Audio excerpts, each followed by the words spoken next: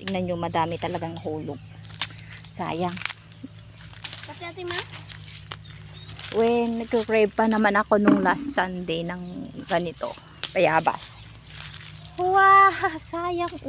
Alam, baka huhulog lang ito. Pwede ba kaya to? Mabalin pa anak, pang ano, yung ilutok iti asukar. Ayan, ang galing naman. Oh, madami-dami na rin. Tengeng neng neng. Nahulog. Nahuli yung unggoy.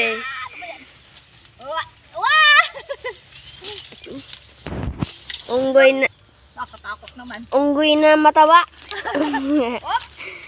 Pero marunong umakyat ang inyong unggoy. Oh, kumukuha na siya. Eh, maraming pinukuhang bayabas. Woo! Daming bunga. Naging masan. Sige.